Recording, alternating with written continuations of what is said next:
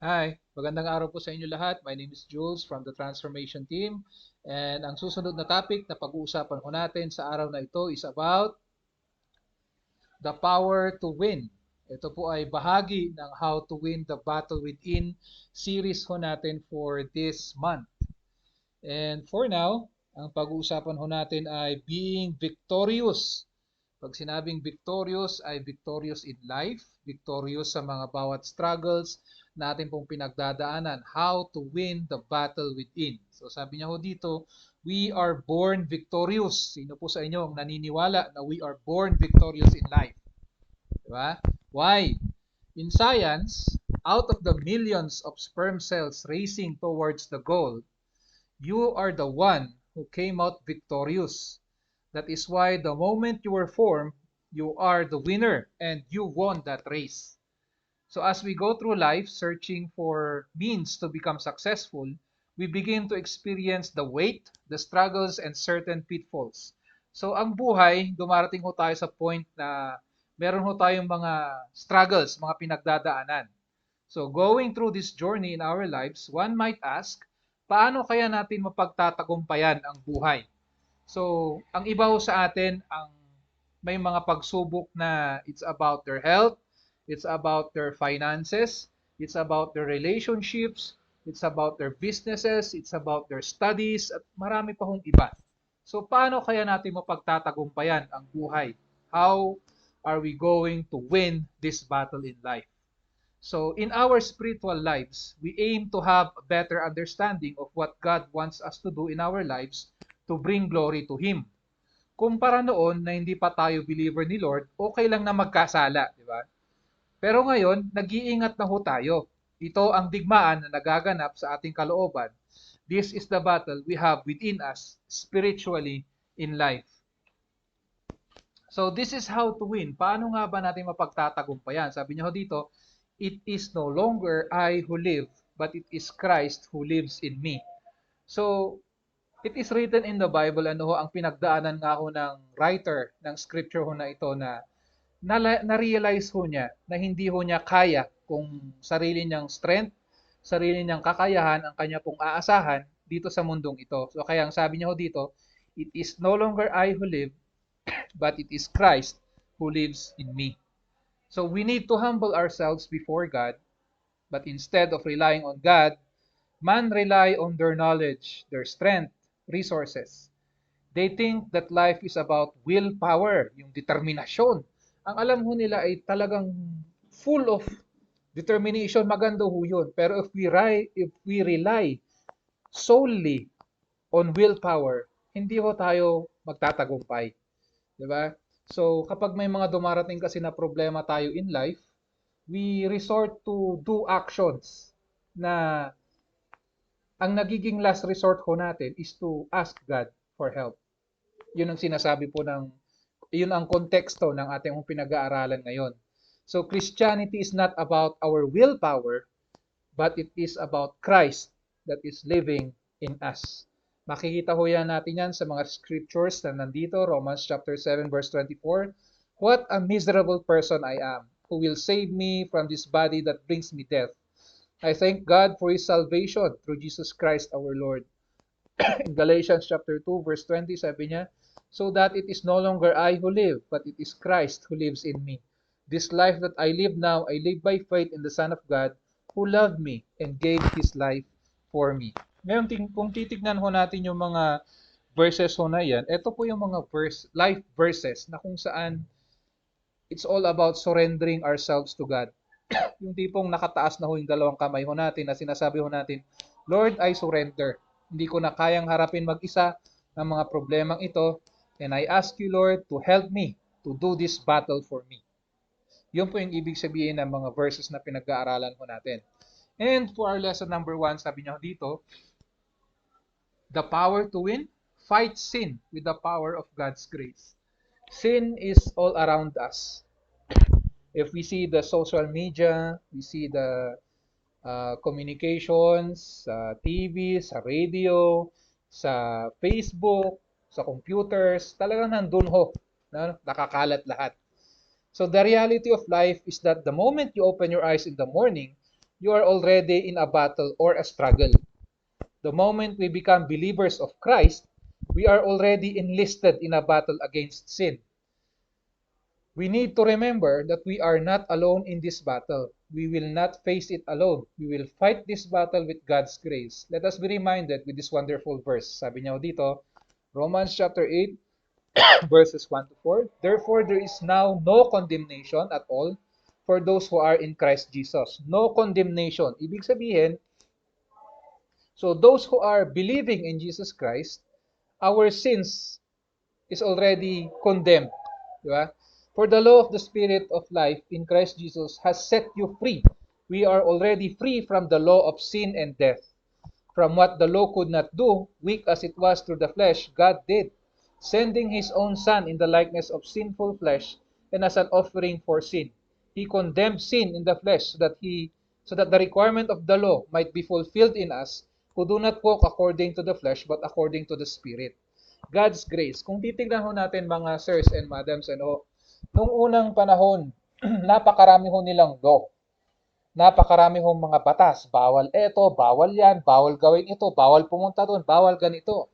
So ikaw na tao, sasabihin mo, anong pwede kong gawin kung lahat na lang ay bawal? So very rigid, very strict ang batas noong panahon ho na iyon. Kaya ang sabi niya ho dito na God has already disregarded the law and has given us grace. Di ba? So that the requirement of the law might not be fulfilled in us who do not walk according to the flesh but according to the Spirit. Diyos na ho ang gumawa ng paraan. No condemnation, sabi niya dito. This is a legal term, meaning wala nang record ang ating mga nagawang kasalanan kung nagbalik loob tayo kay Kristo. Ibig sabihin, malinis at balaya na tayo sa kasalanan nung lumapit tayo sa Diyos. We can rest our minds knowing that sin has no longer a hold in our lives. We can now do and obey what God has planned us to do. Minsan po kasi ang kasalanan, ito po yung nagpe-prevent sa atin. Ito po yung humihila sa atin patalikod. Instead of us fulfilling the calling of the Lord has given to us, kung yung kasalanan ho ay lagi niya sinasabi na, oy, hindi ka pa napatawad ni Lord. 'Di ba? Bumabagabag sa ating mga isipan. Kaya sinasabi niya ho dito, there is no more condemnation. So wala nang record ang ating mga kasalanan kung tayo ay lumapit na ho sa Diyos. And we do our best already to move forward. So we will be fighting sin with the power of God's grace. So minsan sa struggle natin sa buhay, nadadapa tayo. Oo, marami hong pagkakataon na nadadapa tayo, nadudulas yung mga bibig ho natin, may mga pagkakataon na natetest po yung patience ho natin, pero kailangan ho nating lamang na magpatuloy, humingi ng tawad sa Diyos, patuloy pa rin ho tayo. Dahil wala na nga ho tayong condemnation, di ba? God did it already. All we have to do is to come before the Lord. Huwag nating isipin na nahihiya tayo kay Lord dahil nadapa tayo ng ilang beses at huwag nang magpatuloy pa doon sa kasalanan, kundi magpatuloy tayo doon sa plan ng Diyos sa buhay po natin. Yung plan na itinakda ho ng Diyos sa bawat isa sa atin. Wag ho sana nating hayaan na ang kasalanan ang siyang mag-prevent sa atin para gawin ang calling ni Lord sa atin. So Colossians chapter 2 verse 14 sabi niya dito, having canceled the certificate of debt consisting of decrees against us, which was hostile to us, and He has taken it out all the way, having nailed it to the cross. The Lord God has taken away all of our sins. Oo, sa buhay ho natin, masasabi ho natin na maski na naniniwala ho tayo sa Diyos, we believe in the Lord, but there are also times na tayo pa rin ho bilang mananampalataya ay nagkakasala. Di ba? Nadadapa tayo ilang beses. Minsan nahihiya na ho tayo sa Diyos dahil, Lord, pang ilang ulit ko na ho itong sinabi na hindi ko ho gagawin. Pang ilang ulit ko na ho itong hingi ng tawad sa inyo. Pero eto pa rin ako. Wag ho sana tayong mahihiyang lumapit sa Diyos. Di ho ba? Patuloy ho tayo. Sin is the one that is preventing us to be what God intended us to be. Sin is the one causing us shame, guilt, and the reason why we are being pulled back instead of moving forward. But because God, by His grace, have already removed sin in us, we are no longer slaves to sin, but are now free to accomplish the task God wanted us to do. By knowing that God has already canceled our sins, this gives us the confidence to move forward and continue fighting sin in our lives. Huwag nating isipin na dahil nagkasala tayo ay nahihiya na tayo kay Lord at huwag nang magpatuloy pa. Ipagpatuloy pa rin na natin ang ating takbuhin sa buhay dahil naipanalo na tayo ng Diyos sa kasalanan. Tinubos na niya tayo. Nilinis at kinalimutan na ang ating mga kasalanan. We are no longer slaves to sin, but we now have received a spirit of adoption as sons and daughters by which we cry out, Abba, Father. The Lord God has already accepted us the moment we cry out to Him and ask for forgiveness and ask Christ into our lives. So it is by God's grace that we are already saved, not by our good works, not by our position, not by our economic status, kundi it is by grace that God has already forgiven us. Okay po? So, fight sin with the power of God's grace. Number 2, fight sin with the power of the Holy Spirit. So, pag-uusapan naman ho natin ngayon is the Holy Spirit. Romans chapter 8 verses 5 to 8, sabi niya dito, people who live following their sinful selves think only about what they want, but those who live following the Spirit are thinking about what the Spirit wants them to do. If your thinking is controlled by your sinful self, there is spiritual death. But if your thinking is controlled by the Spirit, which is the Spirit of God, there is life and peace. Why is this true? Because anyone whose thinking is controlled by their sinful self is against God. So anything that makes us think of doing sins, ibig sabihin, we are in rebel against God. So these people, they refuse to obey God's law, and really they are not able to obey it. Those who are ruled by their sinful selves cannot please God. So, verse 7, sabi niyo dito, the sinful self is against God. Minsan, kinokontra natin agad. Or we are justifying ourselves sa sinasabi o pagre-remind o pagtutuwid sa atin ng mga church leaders natin based sa nakalagay sa Bible instead of obeying and submitting.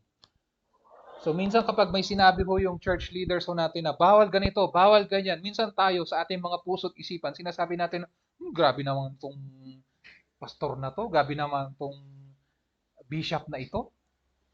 Nagiging judgmental ho tayo, nagiging protective ho tayo. Bakit kaya? It is because of sin in us. Our sinful nature, our sinful selves, sabi niya dito, does not like someone dictating us to do. Ang gusto ng katawang lupa ho natin is complete freedom na wala hong magsasabi sa atin kung anong gusto ho natin gawin. Yung po yung old self natin, yung sinful selves natin, yung katawang lupa ho natin, yun ang kanyang idinidikta.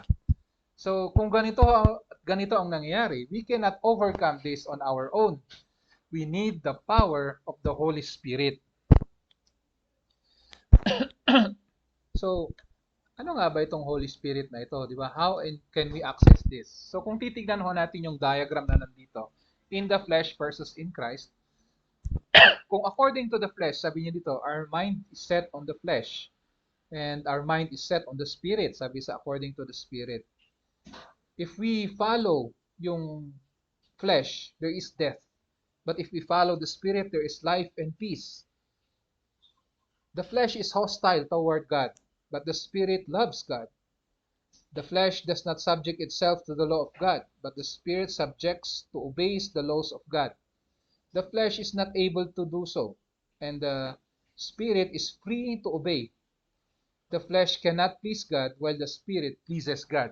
So, Romans chapter 8 verse 9, however, sabi niya dito, you are not in the flesh, but in the Spirit. The moment we believe already and accepted Christ in our lives, and we believed in Him, we are not already in the flesh, but in the Spirit. God has already cleansed us. And He promised a helper na sinasabi nga sa Acts, which is the Holy Spirit.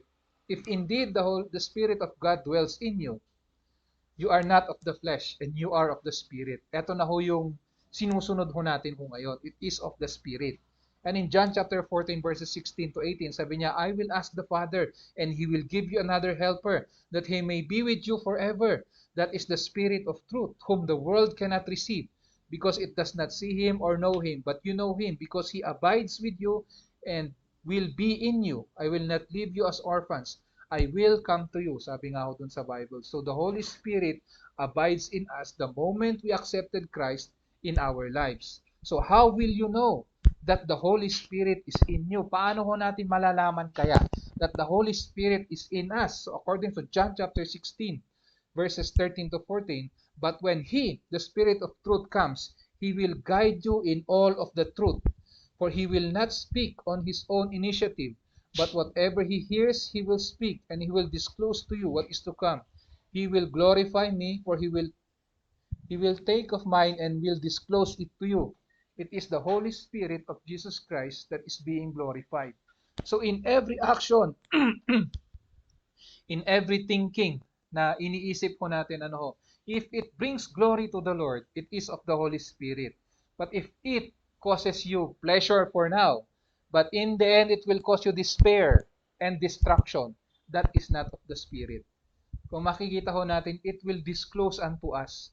The Holy Spirit will reveal unto us the truth. Ano nga ba yung truth? Diba? So it will strengthen us. It will give us peace. It will give us the truth na kailangan ho natin in order for us to overcome sins. This is the power of the Holy Spirit that is living in us. So, in light of the Holy Spirit, so, minsan na pipicture ko nila yung about sa the dove, di ba? Doon sa the baptism of Jesus Christ that is descending from heaven going to Jesus Christ. So, the power of the Holy Spirit that is living in us, kumbaga, in the Old Testament, it was God, the Father. So, in the New Testament, it was Jesus Christ, and now the Helper na prinamis doon sa John chapter 14 verses 16 to 18, this is the Holy Spirit. And it will be the one that will speak to us. It will be the one to help us. It will be the one to reveal unto us the truth. The truth of how are we going to live to bring glory to the Lord Jesus Christ. Okay po? So, fight sin with the power of the Holy Spirit. Hindi ho on our own. Hindi ho by anything else, but we need to fight sin with the power of the Holy Spirit that is living in us. Kailangan ho nating makinig. Di ba? In the morning, if we wake up, nagpray ho tayo, nagbasa ho tayo ng Bible, let us give us a few moments for us to pause and allow the words that we have read in the Bible to sink in our understanding and begin to realize na the Holy Spirit is speaking to us through the words na basa ko natin sa Biblia. So those things are, kumbaga, yung paano mangusap ang banal na spirito sa atin. Kung noon, ang nakikita ho natin sa commercial sa mga television is yung the good and the bad side, di ba? Yun yung sinasabi nga ho. Kapag gumagawa ho tayo ng kasalanan, may parang bumubulong ho sa atin na wag mong gawin yan, wag mong gawin yan, di ba? So yun po yung voice of the Holy Spirit teaching us not to do those things and teaching us to do the other way para hindi ho tayo masira. Okay po? Okay. So number 3, sabi niya dito, fight sin with the power of our new identity in Christ. So one of the most important revelations we can get from the Word of God is to understand who we are in Christ. Sino nga ba tayo sa Diyos? Identifying with Christ will change the way we live and cause us to rise above adversity. Not understanding our identity in Him will keep us living far below our rights and privileges in Christ. We need to understand ano nga ba ang benefits kapag sinabi hong our new identity is already in Christ. What does it mean to identify ourselves with Jesus Christ? It is normal for us to identify with something or someone. It makes us feel connected and it gives us a feeling of belonging. So illustration, sabi niya ho dito, kapag anak tayo ng isang kilalang personalidad, iba ang magiging trato sa iyo compared dun sa normal na tao. Kung anak ka ni Manny Pacquiao, di ba? Aasikasuhin ka. Bakit? Senator siya. Bakit? Siya yung tinatawag nating pambansang kamao. Kung anak ka ng politician, anak ka ng abogado, at kung ano-ano pa, na kilala, respetado ang kanilang mga posisyon, iba ang trato sa iyo. Tama ho ba? So, kung ganon ang trato ho sa mga kilalang personalidad, what more are we? Ano nga ba yung identity ho natin in Christ? In our everyday lives, we identify with the person, organization, occupation, nationality, or church. We also have an identity in the spirit realm. Kung sa physical na buhay, we are being identified by our position, our economic status, or kung ano man yung ari-arian na meron ho tayo. In the spiritual realm, there is also an identity that we need to assume as believers in Christ. We have been identified with Him. Ang sabi nga sa Galatians chapter 2 verse 20, we have been crucified with Christ. This means that not only did we die with Christ on the cross, but we also have been raised with Him. So bilang mananampalataya, we have already been identified as children of God. Di ba? But unfortunately, sabi niya dito, some Christians are having an identity crisis in life. Pag tinanong ho natin sila, sino ka? Di ba? They don't know who they are in Christ. All they know is their problems. All they know is their position. Yun po yung alam ho nilang identity ho nila. So, how they call themselves. So, I am a bankrupt. I am a high school dropout. I am a salesman. I am a manager. I am a lawyer. I am a street vendor. I am a diabetic. Di ba? I am a program assistant. At iba hong mga bagay. Ito ho, this is how we identify ourselves. But, sabi niya ho dito, when we really understand our identity in Christ, who we are in Him, it changes the way we think and live. In 2 Corinthians chapter 5 verse 17, when someone becomes a Christian, he becomes a brand new person inside. Brand new person inside. He is not the same anymore. A new life has begun sa buhay ho ng taong tumanggap kay Kristo. This means that the moment we accepted Jesus Christ in our lives, we are no longer the old sinful man. We are transformed into a new creation. So ngayon, mga sirs and madams, if we are identified in Christ, anak po tayo ng Diyos, lingkod ho tayo ho ng Diyos, ano ho kaya ang dapat ho nating maging reaction? Ano ho dapat ho nating gawin bilang mga anak ng Diyos? Di ba? So kung pag-iisipin ho natin, kung pagbubulay-bulayan ho natin, how does a son of God, a daughter of God, react in certain situations in life? Anak ako ng Diyos. Di ba? So kung anak ho tayo ng Diyos, how do we respond to the things that is going on around us? If Jesus Christ already made us clean, if Jesus Christ has already wiped away all our sins, if Jesus Christ has already given us the grace that we need para hindi ho tayo masubsob sa kasalanan, if Jesus Christ has already given us the power of the Holy Spirit to overcome temptations, to overcome sin, and we already know that we are identified as children of God, how do we respond to sin? Magkakasala pa kaya tayo? Gagawa pa kaya tayo ng mga hindi kanais-nais sa ating kapwa? How do we think as believers in Christ? How do we behave as believers in Christ? As a son of God, as a daughter of God, how do we respond in all of these things? In Romans chapter 8, verse 14 to 15, sabi niya dito, for all who are led by the Spirit of God are sons of God. And so we should not be like clinging, fearful slaves, but we should behave like God's very own children, adopted into the bosom of His family and calling to Him Father, Father. We should behave like God's very own children.